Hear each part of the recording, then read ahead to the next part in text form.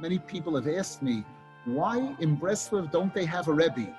And one of the reasons that I heard for this from Rebbe Dorfman is because a Rebbe has the authority to add or to change what the previous Rebbe did. If we look today at other groups of Hasidus or other groups, religious groups in the world, very often the way the group conducts itself today doesn't resemble in certain ways the way the original Rebbe presented it. And one example that was given in Lubavitch, the Balatanya, Zechet Tzadik Livrocha, who lived during the time of Rabbeinu Zal, who wrote the Shulchan Orach, the Balatanya, and his Sforim, he mentions there, for example, the importance of Chatzois.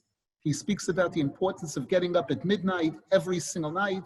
And he says, if a person can't do it every night, at least once a week, once a month, to know that this is a davar chashuv. And yet today it's something that's not spoken about or not known there, because each and every single Rebbe presented a modifications, additions, subtractions, all obviously within the framework of Torah. The concept of not having a new Rebbe is based on the fact that Rabbi Nosson Zal understood from Rabbeinu Zal's words that Rabbeinu Zal presented something that would be able to go with the Jewish nation until Mashiach comes. No modification needed. The derech and avodas Hashem, no one has to add to it or change it in any way.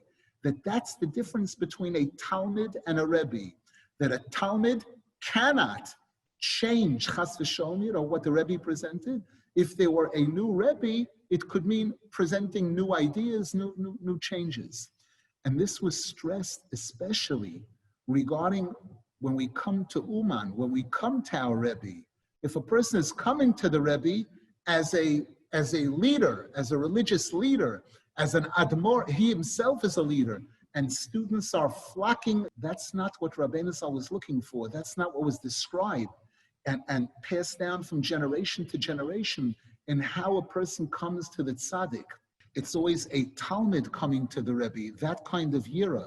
This is mentioned here in the Likutey Halakhos, and it's mentioned in other places that Rabbi Nosson Zal uses this terminology, a Talmud making additional Talmidim. The Talmud can be a tremendous Talmud Chacham, but he knows that he's Talmud. There's one Rebbe, that concept.